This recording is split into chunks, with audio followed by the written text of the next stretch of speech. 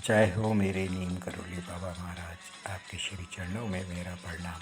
श्री माँ के चरणों में मेरा प्रणाम। आप सब लोगों को मेरा प्रणाम।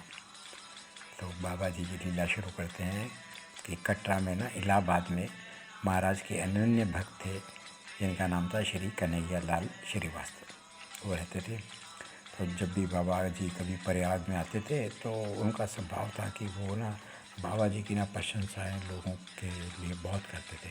वो इस भाव में करते थे प्रशंसा कि देखो बाबा जी को मैं जानता हूँ। होते हैं ना कुछ लोग, they are automatically like this, they are non corrupt people, है ना। उनके अंदर वैसे कोई दोष नहीं होता है, पर वो मतलब चाहते हैं कि लोग जानें कि मैं बाबा जी को जानता हूँ। तो वैसे ही वो थे श्रीवास्तव जी। वो चाहते थे कि वो मतलब अधिक से अधिक बाबा जी को ना लोगों के पास लेके जाते थे, उनके दर्शन होते।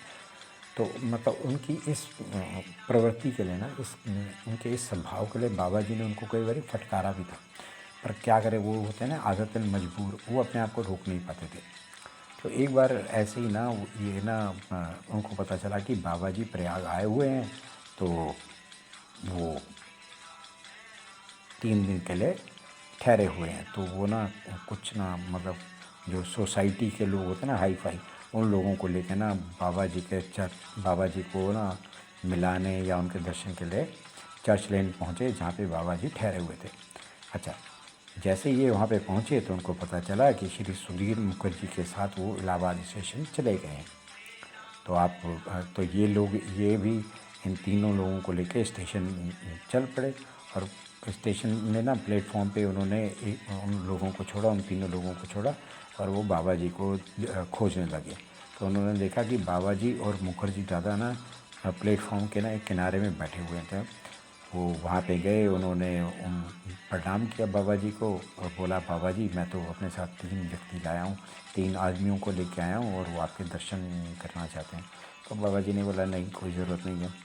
और बाबा जी ने उनकी बात नहीं मानी और सोचा, क्योंकि वो जैसे मैंने पहले बताया कि वो इस बात में हमेशा रहते थे ना इम्प्रेशन जमाने के लिए, तो बाबा जी से क्या छुपा हुआ है।